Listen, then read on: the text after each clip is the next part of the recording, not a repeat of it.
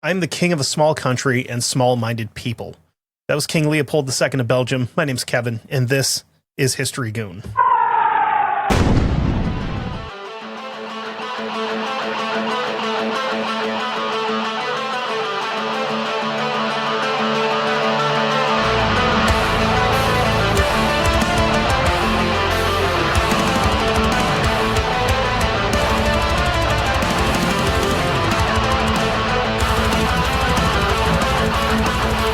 What is going on, everybody? We are back. This is episode 12 of the History Goon podcast, and if you're listening on Spotify, welcome, and this is the first time I've done video, so you'll be able to see that. It's going to be interesting, because I forget how much I talk with my hands when I'm not doing video, and doing video, I feel like I'm still probably going to do it anyway. But before we get going, I wanted to start off by saying thank you, everybody, for joining me here for this one. And if you clicked on this one, seeing the title of it, and you know anything about this guy, this is going to be bad. Which is probably another reason where it might not be the easiest thing for me to do this. But I'm going to try to clean up my language a little bit for the show. Mostly because, like, I do tend to use some pretty harsh language regularly, like a comma, some people might say, actually. So you might hear, nope, not that. You might hear every once in a while, because I lack the self-control to not swear. But at least that way, you guys will be able to pick up that I said a nasty, and I'm trying to cover it up as much as possible. And before we get going too far, if you like this show, or if you like any of the other fantastic programming over at 1159 Media, head over to Patreon, patreon.com/1159 Media. $5 a month gets you early access and backdoor access, which is not what it sounds like, to a bunch of different shows. You get 911 calls with the operator. You get the Never Daily Show with Sam and Chase. Jess is on there pretty frequently. Myself and Luther from Guestnicity are on there from time to time.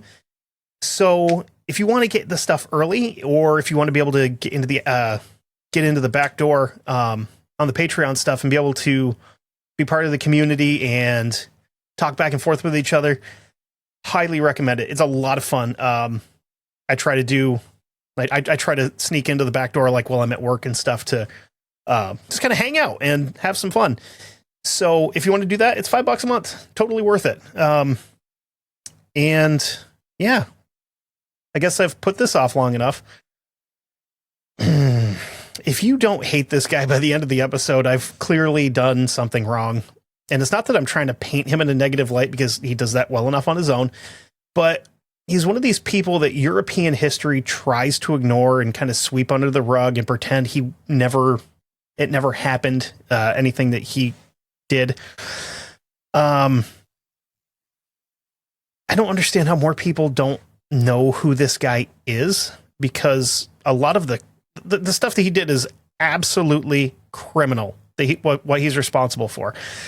And the fact that there's a lot of places in Europe where they just, like, we don't know what happened in with Belgium in the 1860s, 70s, 80s, up into the early 1900s. We don't know. We weren't there. But with this guy, I have a weird comparison to make. One of my favorite book series of all time, the Joe Ledger series by Jonathan Mayberry, who is, again, one of my favorite authors of all time. They have a character in this series named Rudy Sanchez. He's a psychologist for a secretive government organization called the Department of Military Sciences. In the second book, which is called Dragon Factory, he brings up the argument of nature versus nurture. In this one particular instance, he's interviewing a teenage boy who thinks that they're evil because of who their father is. And I don't want to spoil it, because honestly, hop on Audible, download some of these books, just start from the beginning and listen to them. Ray Porter's the narrator. Absolutely fantastic. But he's trying to explain to him that it's not as simple as that. He explains how nature versus nurture works, and then he introduces him to a third option, which is choice. Some people can't help but be terrible humans for one reason or another, whether it's bad genetics, chemical imbalance in the brain somewhere, head trauma, abuse, bad parenting, anything like that. There's a lot of reasons that this can happen. Where others make a conscious decision to be evil. And Leopold II of Belgium made the choice to be evil. He had every opportunity not to, and he still decided it was probably a good idea to be the biggest scumbag. Sorry, let me rephrase that. I would say probably top 10 biggest scumbags in European history. April 9th, 1835, the second child of King Leopold I of Belgium and his wife Louise, who is the daughter of King Louis Philippe of France. He slithered forth from his poor mother's cursed womb. And I say cursed because his older brother, Louis Philippe, the Crown Prince of Belgium, died the year before at less than a year old. Which, if you've ever been through a situation where you've been close to somebody or been that person yourself that's ever lost a pregnancy or anything like that, this has got to be absolutely heartbreaking. I can tell you it's not fun. I don't want to go too much further into that, but we got to kind of talk about his family and some of the wild crap that they got up to.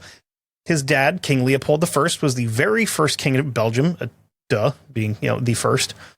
But before that, he took a commissioned position in the Imperial Russian army after Napoleon's forces overran Saxe-Coburg, which is his home city. After Napoleon was defeated at Waterloo, which is in modern-day Belgium, Leopold I moves to jolly old England, where he would meet and marry Charlotte, the Princess of Wales.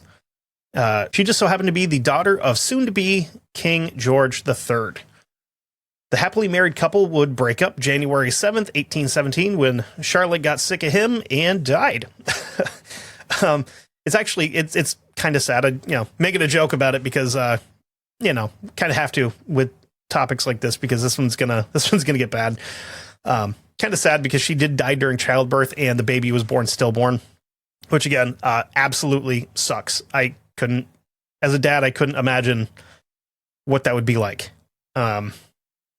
Leopold would kind of hang out in England for a bit because, he's a man of status.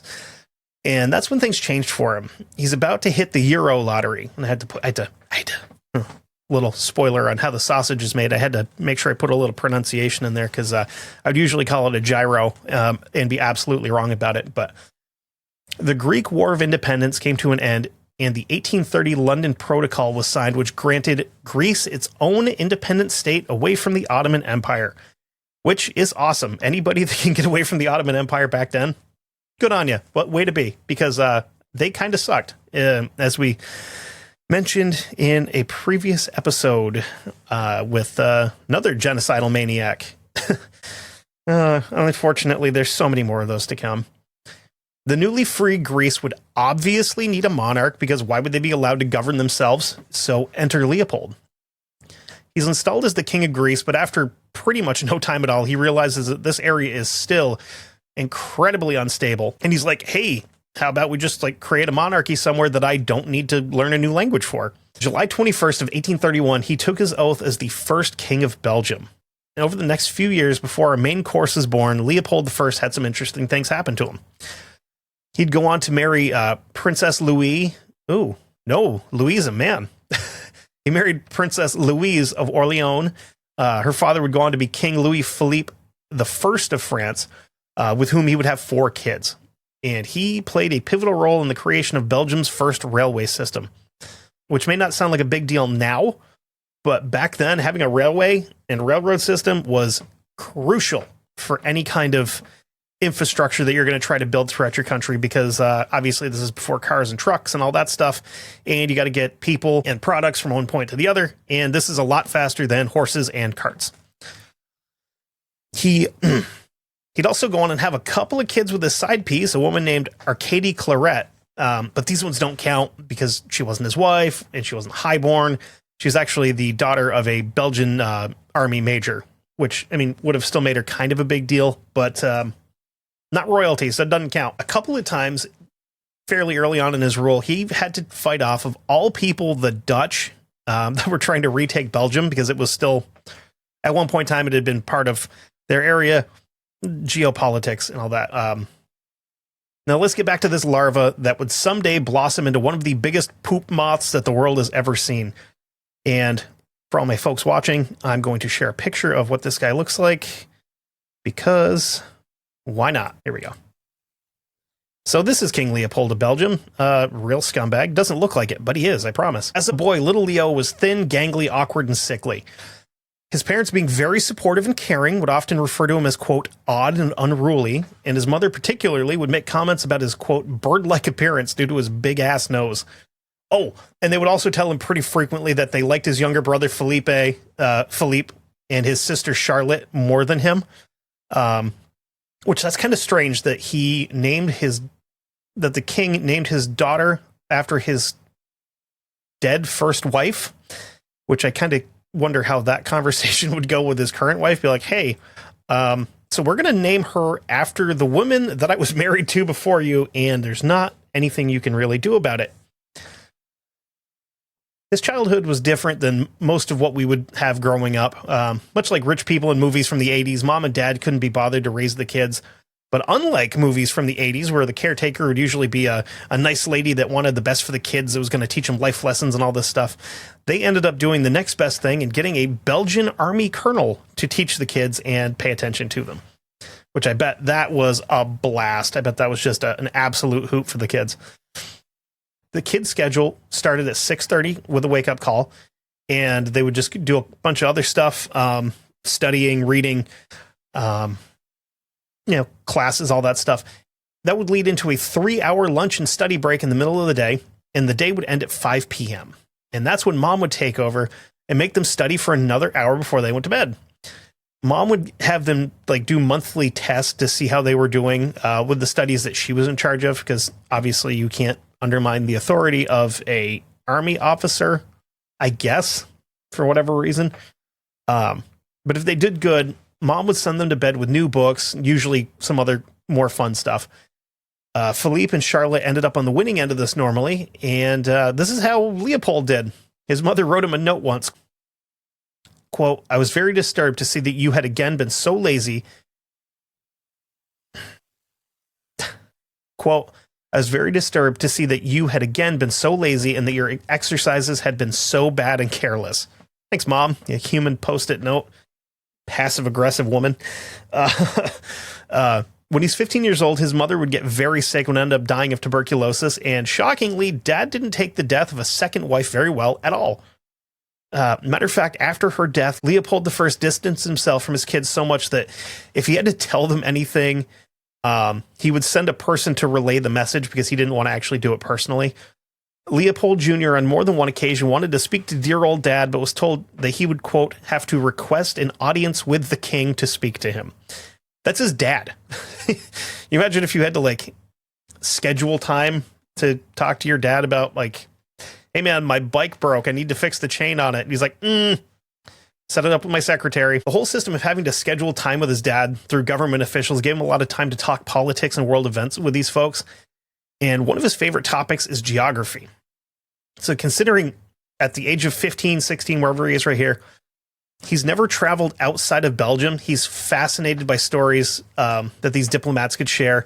And he started getting them to sneak him maps so that he could try to build a better understanding of what the outside world was like in 1850.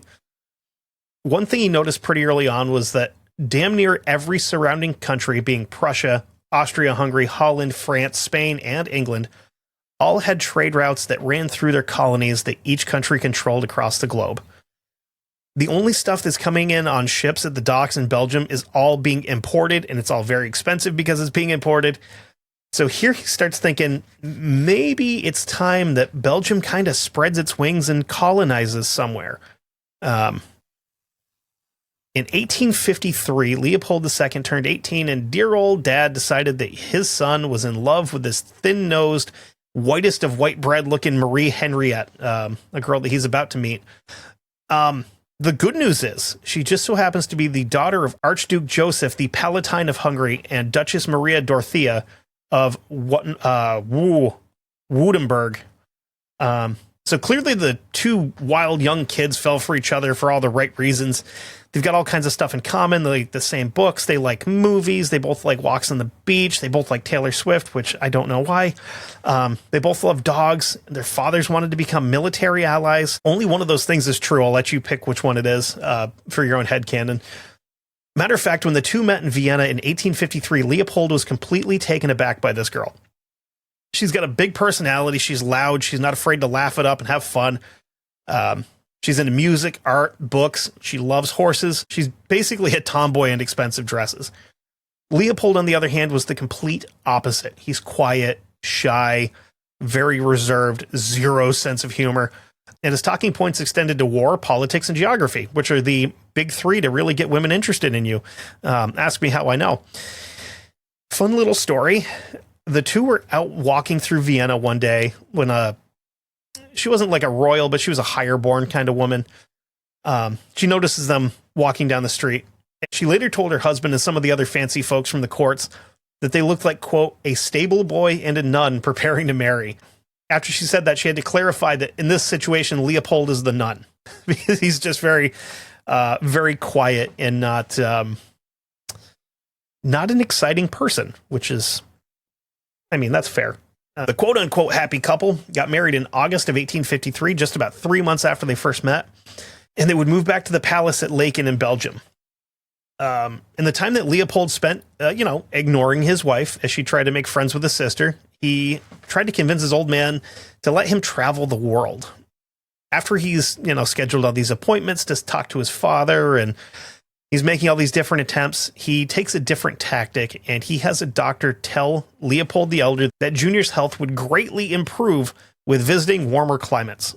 In all the looking that I've done, this may be the earliest case of trying to make seasonal affective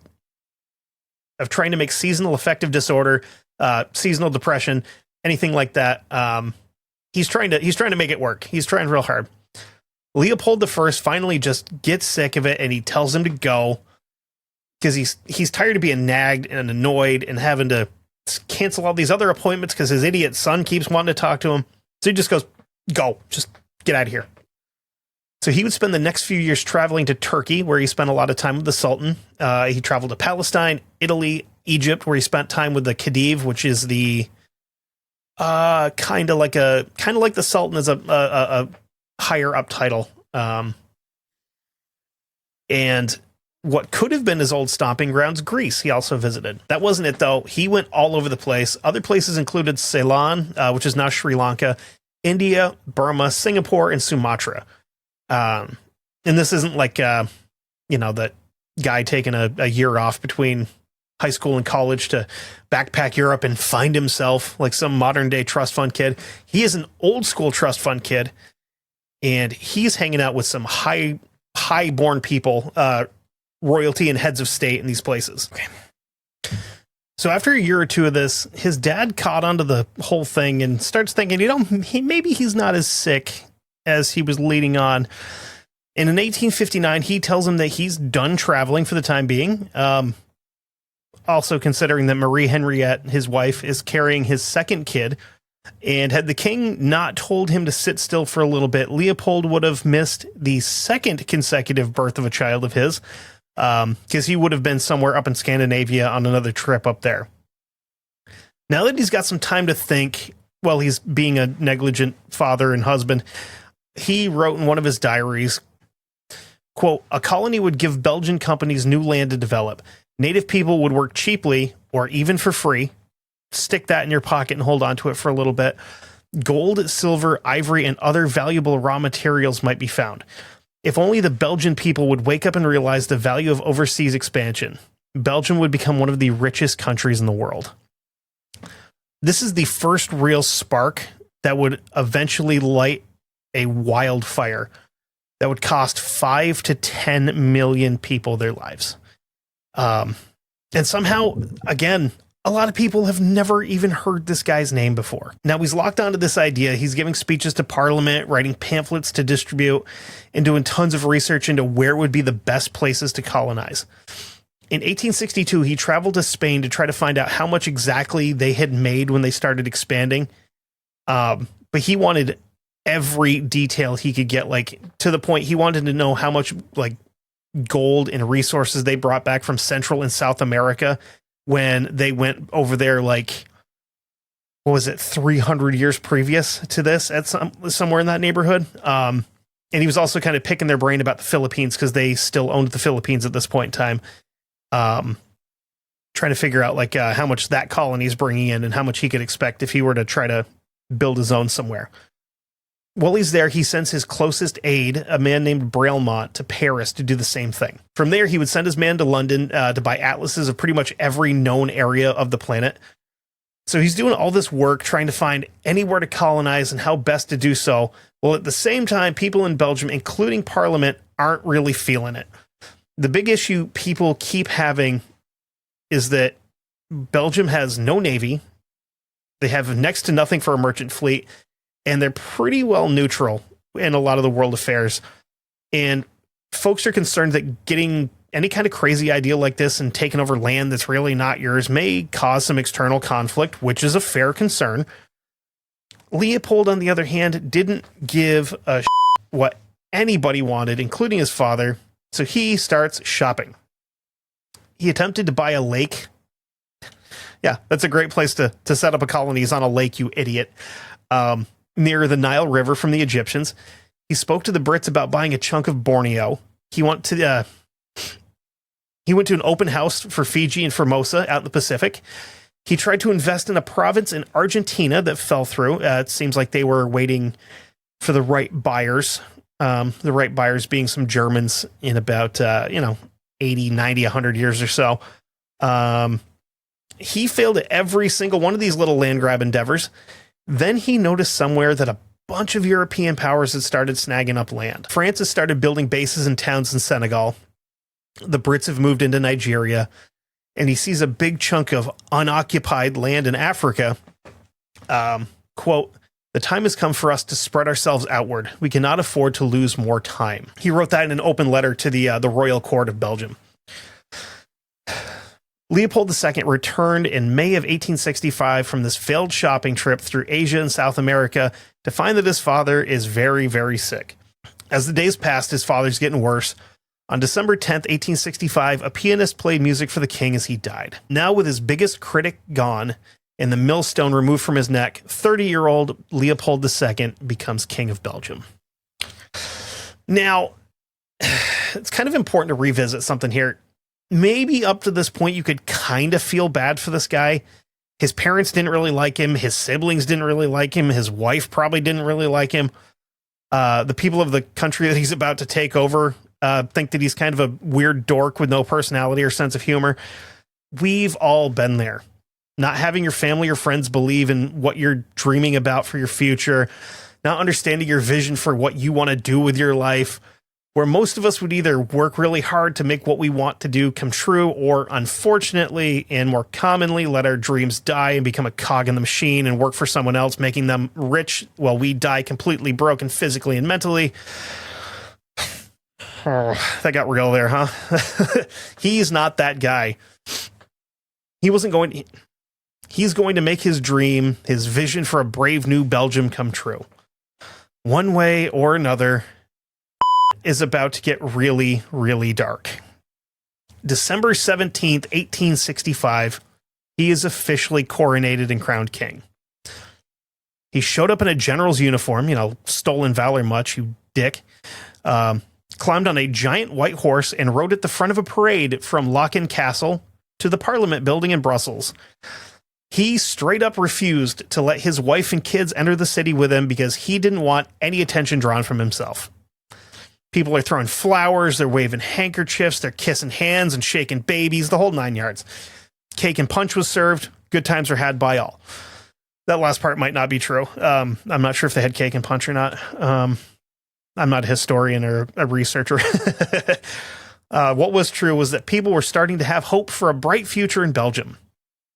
A bright future for the royal family is not in the picture, though. In late 1868, Leopold's 9-year-old son came down with pneumonia and would end up passing away in January of 1869. This absolutely crushed him. Understandably, losing a child. I know it happened so often back then that We're like, whatever. Yeah, somebody's kid died 250 years ago. At the time, I mean, I couldn't, again, as a dad, couldn't imagine. At the funeral, he wept openly and nearly collapsed on his son's casket. Understandably. The death of their son drove Leopold and Marie Henriette further apart. They now barely speak to each other after this, which probably made having 2 more children after their son's death a little awkward. You know, because it's like, well, I mean, we have to have a conversation about, you know, doing this whole thing. I don't know. I feel like that would be the most awkward sex of all time. We're not talking, but we're going to have kids. Even though his personal life is going to hell, he's still got big plans for his little country. The people of Belgium are still not convinced at this point, though.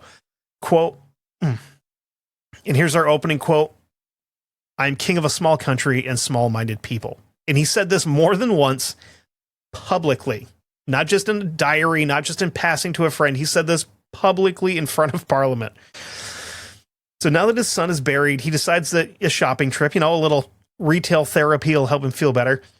So he took off looking to buy a colony again. So here is a problem that he's going to kind of come up with a little, he's going to do some fancy footwork, some creative thinking here, and he's going to solve this problem.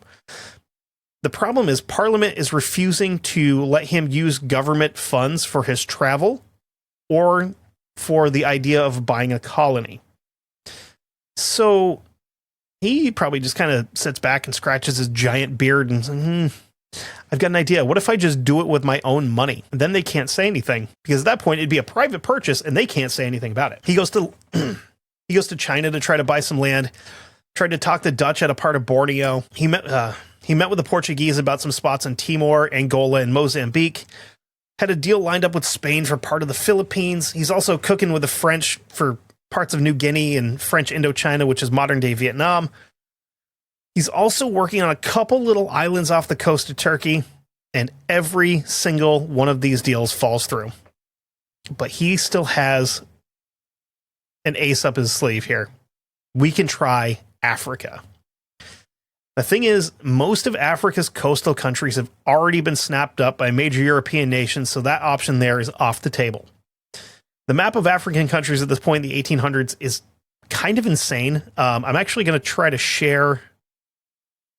I'm going to share a picture of it for all you folks watching. So the map of African countries at this point in the 1800s is insane. I'm going to do my best to try to explain what the hell is going on with all of this. I think the best way to break it down is just to do it by country. So we have France, who has French Morocco, Tunisia, French West Africa, which is made up of what would today be Mauritania, Senegal, Mali, Guinea, Ivory Coast, Burkina Faso, Benin, and Niger, and a tiny, tiny little piece of Somalia. So basically, they own all of the problem areas of like modern day Africa. It's like you look into anything that goes on in like Burkina Faso and like Mali, and there's a ton of like, actually, I think even like Ivory Coast, there's a ton of like Muslim extremism and like mass murders and all this other crazy stuff going on there. And Somalia has always been a problem. They also own French Equatorial Africa, which is part of modern day Cameroon, Gabon, and part of the Congo. It's also part of Chad and Sudan. And for some reason, the French also decided we're going to go as far away from the rest of our stuff as possible. And they also picked up Madagascar, which like is the extreme southeast of everything else that they have. The English have Nigeria, British Somalia, British East Africa, which is now Kenya, Tanzania, and Uganda. They have Egypt and Anglo-Egyptian Sudan, northern and southern Rhodesia, which, I mean, that could be an episode at some point in time. Not a great, maybe not some great stuff going on, but they had excellent camo and really cool shorts. But northern and southern Rhodesia are now Zambia and Zimbabwe. They also have a place called Boychonaland, which that's a terrible to spell anything. We'll just go with Botswana because that's somehow easier to say than the allegedly English word there.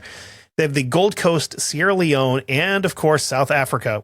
The Portuguese have Angola and Mozambique, which he tried to work with them to get little bits of those spots. The Italians have Italian, Somalia, Libya, and that's it. Kind of made myself think, made everybody think there that might have had more. The Spanish own Spanish Morocco, Rio de Oro, which is kind of a mess. I think at this point in time, it's more part of like Western Sahara. It's not even really a country anymore. Rio Muni, which I think is part of Guinea.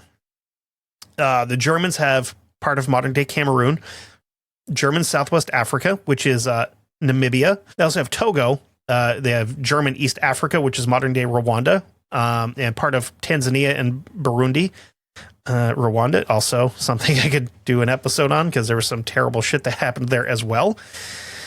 All that being said, the only quote unquote independent area at the time would have been Ethiopia, which, fun fact to no one share, is the second oldest Christian nation in the world after Armenia, who we talked about a few episodes ago at this point in time. And the one that would catch Leopold's eye, which is the heart of Africa, the Congo. Now, we need to talk about some of the European explorers that are willing to risk life and limb to stake out areas of Africa for nations that are paying them to do so. First off is David Livingstone, who was big on trying to find the source of the Nile. He was the first European to actually ever lay eyes on Victoria Falls, which is the world's largest waterfall. That's in Zimbabwe, and I think it's like 2.5 or 3 miles wide. It's huge, and if you ever see pictures of it, it is absolutely gorgeous. Depending on the source, you're going to find out that he's either there trying to spread the good word of the Lord and trying to convert natives to Christianity, or he's there to get rich and spread the word and try to convert natives to Christianity. From what I read, it more seems to be he was interested in spreading the word and exploring for the sake of exploring and wanting to be able to tell stories about his time there. Very dude bro. Like, I'm just doing it for the story, man. I want to come back and be able to tell fish stories to my buddies. Every dude wants to do that. They want to go do something crazy and come back and just like have a couple of beers and smoke some cigars with the boys and be like, yeah, this is what I did. I didn't take pictures, of course, because I'm a guy and like we just don't take pictures of stuff while we're doing it. He did say at one point in time about trying to get to the center of the continent, quote, "I will reach the interior or perish trying." And it turns out he was 100% right about that part. He died at 60 years old of a sweet combination of malaria and dysentery in modern day Zambia. Then there's Henry Morton Stanley. And this guy is kind of a huge piece of shit. Yeah, sure, he's an explorer that would become famous for being sent to find the lost David Livingstone. And when he actually found him, he said the now famous line of Dr. Livingstone, I presume, which, I mean, that's been in everything from then on, basically. And yeah, he was allegedly anti-slavery, which is great. What isn't great is that after he publishes his book, How I Found Livingstone, he starts touring and telling his story. Honestly, I don't want to get too far into his background because he could be his own episode without even talking about him working for Leopold. Because if his story ended before or in an alternate universe where him and Leopold never crossed paths, he may have been a decent dude. May have been a decent dude. Not likely, because from what we're going to get into here shortly. Definitely would have been interesting enough to do his own episode on, though. So back in Brussels, Leopold is following the story of Stanley with great interest. He's fascinated by the adventure and learning about Africa. He also thought it'd be pretty rad if, he owned a part of Africa. And the next little bit, we're going to kind of jump back and forth from Stanley to Leopold because it's important to follow both of them before they officially cross paths. In 1874, Stanley and 360 other people working for him, who are mostly African natives, set out from the east coast of Africa with the idea being to cross the entire continent and on the way find the mouth of the Congo River. This group stretched out into a line of over a half a mile long, so not like bunched up, like these guys are spread out over the distance of a half a mile. There's that many people. They're loaded down with supplies, including a boat, which kind of... They're loaded down with supplies, including a boat that can be separated into 5 different pieces because they're going to need that. And, of course, rifles because, there's dangerous stuff in Africa like gorillas and lions and, giant snakes and stuff like that. A grand total of about 16,000 pounds of gear is being humped through the jungles on this 7,000-mile journey. Again, Leopold follows this story closely, even as he's traveling to England to meet up with an explorer named Verney Lovett Cameron, who is that is a capital W white guy right there. While there, he wrote to an aide, quote, "I intend to find out discreetly if there's anything to be done with Africa." Meeting with this Cameron fella didn't really make Leopold want to do it any less, because he told him about a land of, quote, "unspeakable riches, coal, gold, silver, copper, and a river that made it easy to transport everything out." So this has got Leopold's eyes just huge, and he's drooling with interest. He already has a plan forming in his head on what he wants to do, but the Belgian people in Parliament still want absolutely nothing to do with it. Not for any altruistic reasoning, like, the fact that there are already people living there that could be hurt or killed. These would have still been, quote, considered savages in quotes to these people. So, that wouldn't really make any difference to them if these people got hurt because they're really not people to these people. It's more that they want nothing to do with potentially getting into a war and losing Belgian lives and territory and property and stuff like that over something that's really not theirs in the first place. Leopold finds a way around that. A way to get the Belgians on board and to keep other European powers from starting anything with him over making a colony out of the Congo. He formed a group of super friend explorers that he was going to send to Africa, not to scout out a colony, but to, quote, "help the African people." What a great guy, said sarcastically. This conference took place in Brussels in September of 1876, and he addressed the 24 guests personally as they arrived. This is a very thinly veiled mission that would be to end the slave trade in the eastern half of Africa. The trade had died out on the western half of the continent, and the group became known as the International African Association, and they designed a flag because, of course, everybody has to have a flag. This is a big gold star on a blue background, and Leopold, being the charitable man that he is, takes the position of group chairman. He also told everyone that he had no interest at all in money or power or resources or anything like this. He's doing this purely out of the kindness of his own heart because he's just he's a good guy. He's a good dude. Pretty quickly after the conference ended, he wrote in one of his diaries, quote, "I am eager to get my hands on a slice of this magnificent African cake." Just about a year after the conference was held in Brussels, Stanley arrives back in England to tell his stories of his 7,000-mile, 999-day journey following the Congo River, hiking across the entire continent. He probably left out the part about, killing any tribal people that would even question him for wanting to pass through, or the fact that he had men regularly open fire on natives with elephant guns that were loaded with explosive rounds, or the fact that he destroyed 28 large towns and around 70 small villages during his mostly peaceful trek across the heart of Africa. So Leopold sends word to Stanley that he desperately wants to meet with him. He's a huge fan, yada, yada, yada. Oh, and by the way, I want the Congo in the worst way, and I want you to be the one to help me take it. Leopold is smart enough to know that he has to be super, super careful and do some secret squirrel stuff here, because if any other European powers, especially the English, find out what he's trying to do, they're going to move in and squash it instantly. It wasn't that, the British were against colonization, because, I think I've referred to them as the white Mongols on here before, because they obviously weren't. And this is a time where the sun still hasn't set on the English Empire, which, another fun fact, the English are responsible for, what they say, 500 Independence Days across the world, something like that. It comes out to an Independence Day every 6 days or something for some in a country somewhere, because the English owned everything. They just don't want any new kids coming in, especially into the Congo because it's like smack ass in the middle of the two biggest sections of Africa that England controlled. And had they known that Belgium was trying to like take it over, there could definitely be some problems. The Congo borders Anglo-Egyptian Sudan and Uganda to the north and east, northern Rhodesia to the southeast, which both are controlled by England. It also borders French Equatorial Africa to the north, which is controlled, obviously, by the French.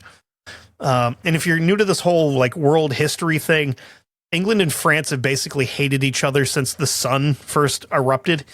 And I can't say for sure, but I could definitely see where the English would be a little pissy about Belgium taking that territory, because they would think that the French would back them just to screw the English, because why not screw the English?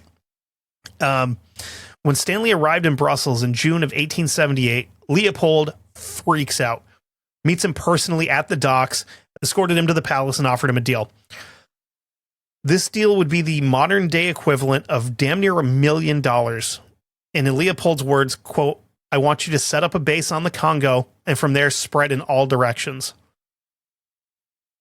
By now, his previous humanitarian group has kind of folded, and he set up a new one called the International Association of the Congo, which is about as international as it could be, meaning it was completely controlled by King Leopold. The plan was to build roads and stations, but to fly the group's aid flag, in quotes, over them, as Leopold quietly took personal ownership of over 1 million square miles of African land. And yes, I said personal ownership, because this entire endeavor going into the Congo to set up colonies and to extract natural resources is all funded directly from his pocket. It has absolutely no money from the Belgian government whatsoever going into this project. It is all him. So that being said, you can kind of imply that anything that comes out of there, money-wise, is also his. February 1879, a plan is put into place, and Stanley is snuck onto a steamer, a Stanley steamer, under a false name, alongside 12 other men that would be headed for the Congo. They've all been sworn to secrecy via old-timey NDAs, and it wouldn't be until August of that year that Stanley's crew of now 80 armed men from Zanzibar would be back in the Congo.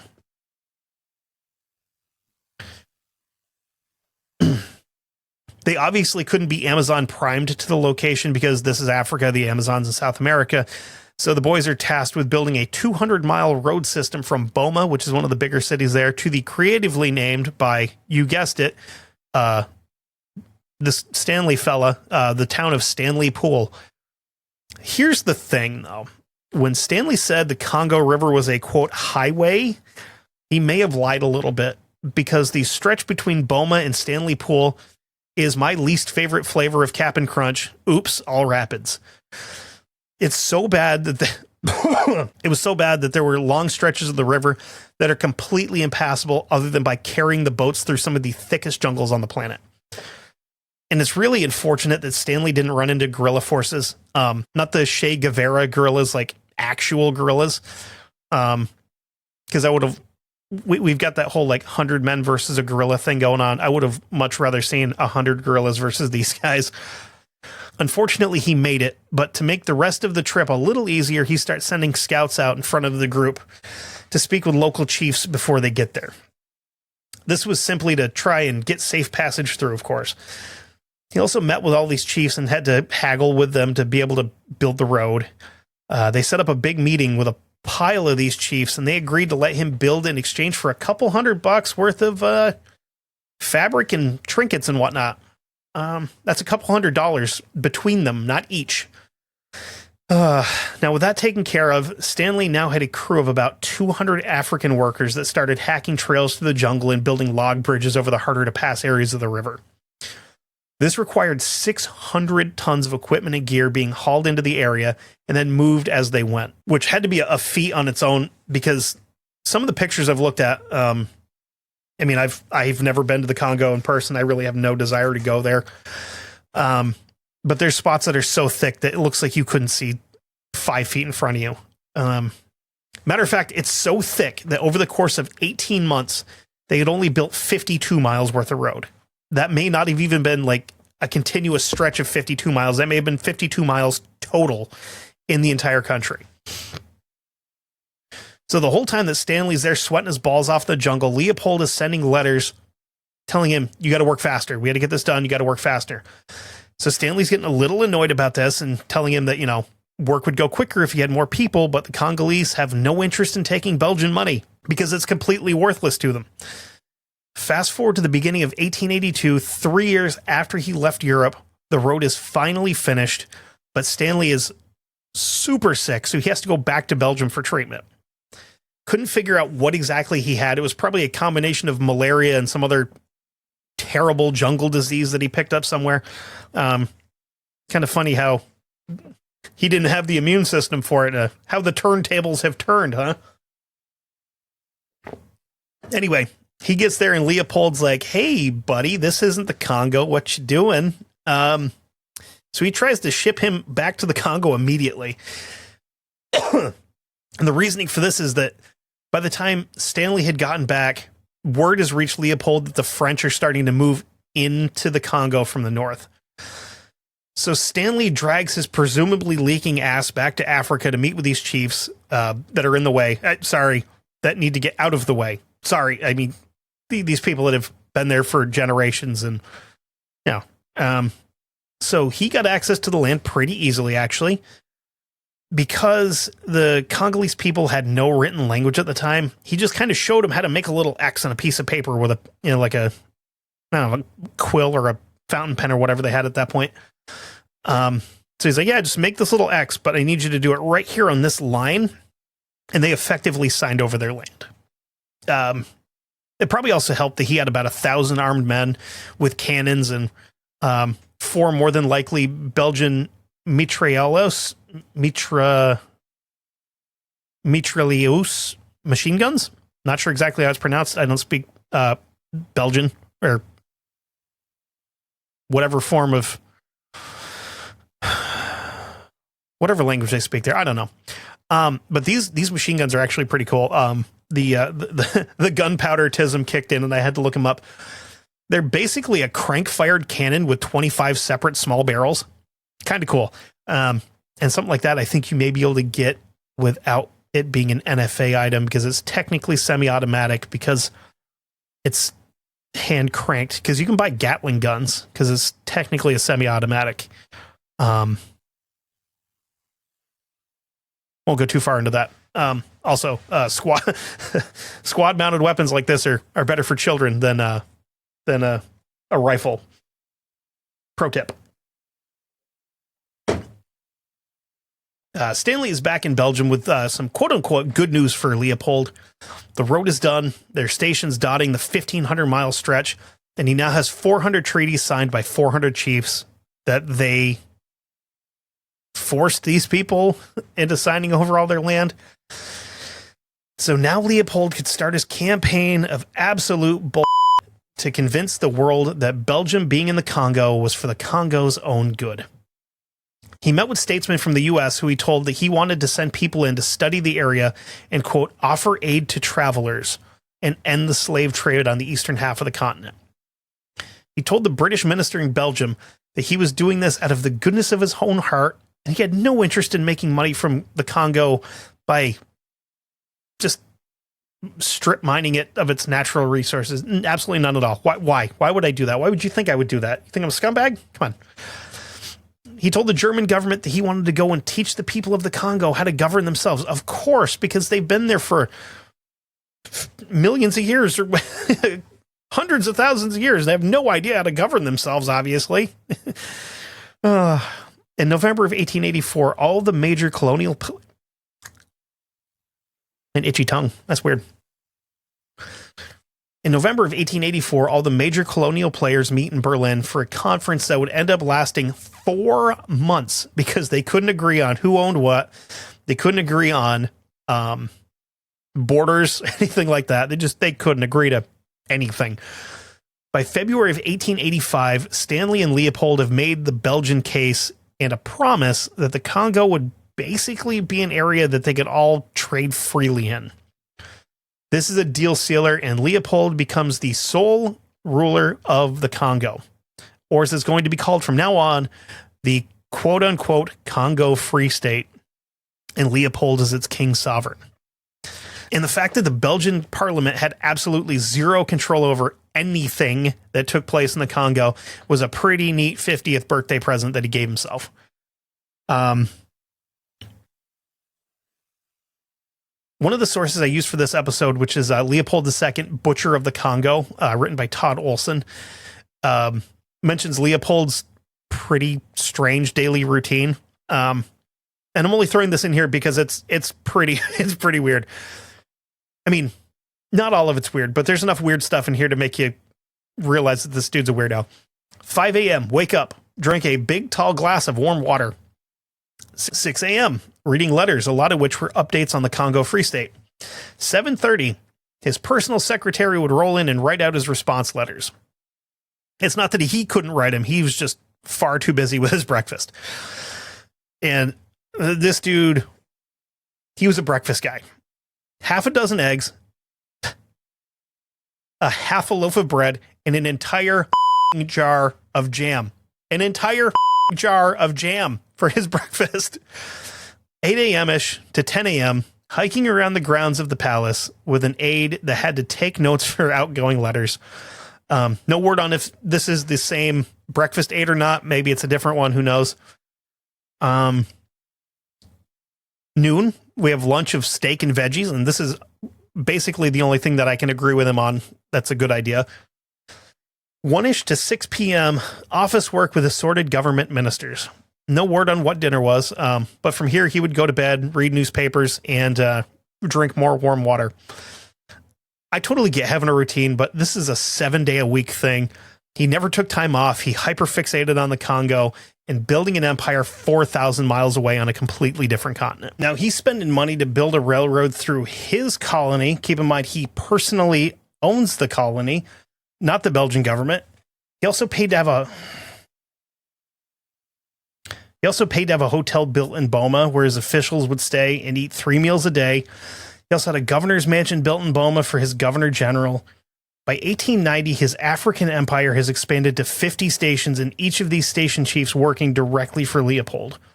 They enlisted the help of locals to clear the area and build.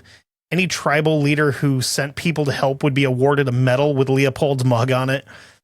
And on the back it read, quote, loyalty and devotion, which is kind of sad considering they were unknowingly contributing to their own downfall. So the first thing that they hit on as a natural resource to yank out of this country was ivory, because ivory was a big deal back then. Not the way it is now, where some countries in Africa are hiring mercenaries to hunt and kill elephant and rhino poachers, which is pretty metal. I fully endorse that. I would, honestly, if I wasn't a super successful podcaster, I would probably volunteer for that because that sounds pretty awesome. It was more of a status symbol back then. Moneyed up Europeans are paying big cash for ivory handled knives, combs, pool balls. They weren't ivory handled pool balls. They were pool balls made out of ivory, chess pieces, and of course, piano keys. The whole, tickling the ivories thing, is from piano keys. And the Congo was about to be a huge supplier of this white gold. At first, the Belgians were paying top dollar for the ivory, mostly in the form of beads, cloth, trinkets, pocket lint, stuff with basically no value to these poor people. Then when the supply started to dry up, they changed tactics, and now they're gonna get violent. Beatings, whippings, shootings, they all started when the locals stopped bringing in the amount of ivory that they once did. Because at this point in time, they're starting to, hunt the elephant population to damn near extinction. So it's hard to come up with ivory when there's not much left with ivory on it. So I think here is going to be our best place to end this episode. And we're going to get into what some of the folks outside of Leopold's world have to say and think about his little colonial expansion experiment. And it's going to somehow get even worse than it already has been. So it's going to get rough from here on out. Like I said, it's about to get incredibly violent. and real dark.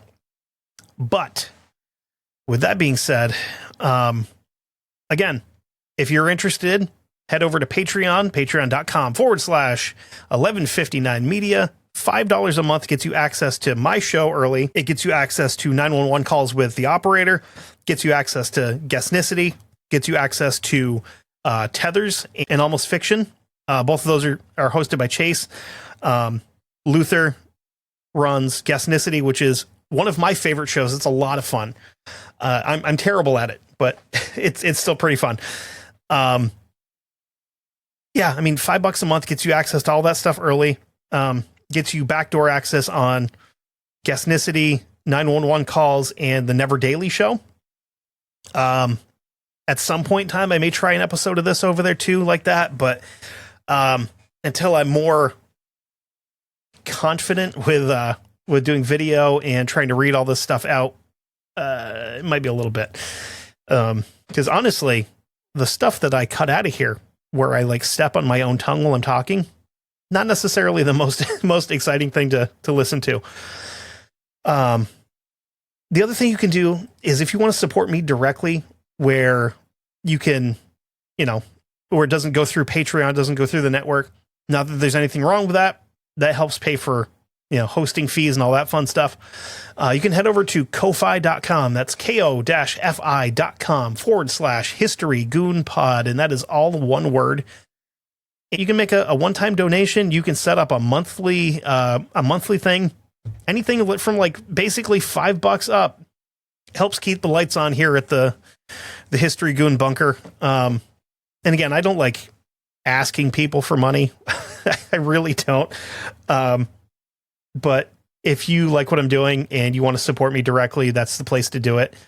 And anything is greatly appreciated. Because sometimes I don't know that I'm good enough at what I do to get paid for it. But if you think it's good, which I like to think that I put out a pretty decent show, especially this one where this is the most research that I've done for anybody so far on the show.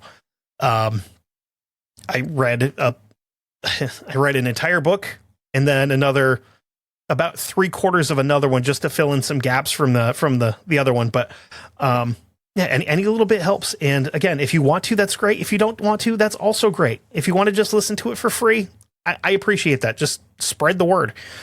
As a time of recording, over on the Facebook page, which is Facebook, just go on Facebook and punch in History Goon Podcast.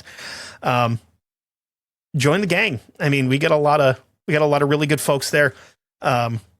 Very, very good mix of people that are there for the actual like history part of it. And then there's also the folks that are there for like goofing around in history memes and stuff like that. A lot of fun. As of the time of recording, we're at like 98 people in the group. Tell your friends, come join in. If you're into it, I'm sure that you will. I'm sure that you'll appreciate what's going on over there. A lot of fun, a lot of good people. And obviously, I mean, I don't just leave it open because I don't want weirdos in there. I mean, I want weirdos in there, but like not, the kind of weirdos that are going to go in and, start stuff and try to get people kicked off and, just being dicks. We don't need that. We just want to have fun and talk about history. So yeah, I mean, yeah, this episode's kind of a bummer. But spoiler alert, the next one's going to be even worse. I know I've said that a few times, but it's going to be. But yeah, until then, I'm going to sign off and hopefully see you next week. My name's Kevin, and this has been the History Goon Podcast. We'll see you later.